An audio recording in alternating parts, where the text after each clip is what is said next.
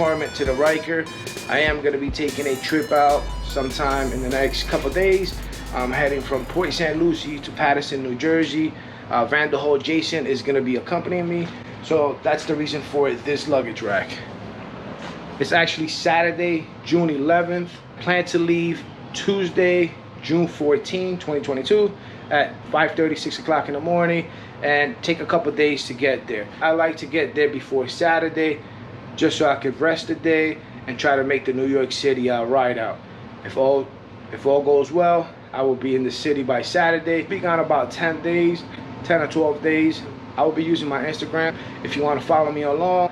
More than likely, the footage that I capture, I'm going to put it on when I get back, edit it. I want to focus on the ride, and I want to have a good time and be able to capture some footage instead of having to worry about capturing the footage, editing the footage, finding a computer.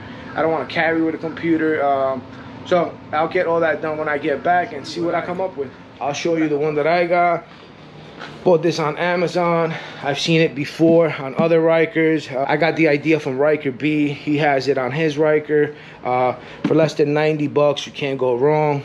This thing opens up nice. I mean, I could put a lot of stuff in there. For the money, for what we want to use it for, just to get from point A to point B, I think it's going to be great. I mean, I could take it off and carry it with me if I had to. It comes with this rack here. It's plastic. I put two of the brackets that it came with.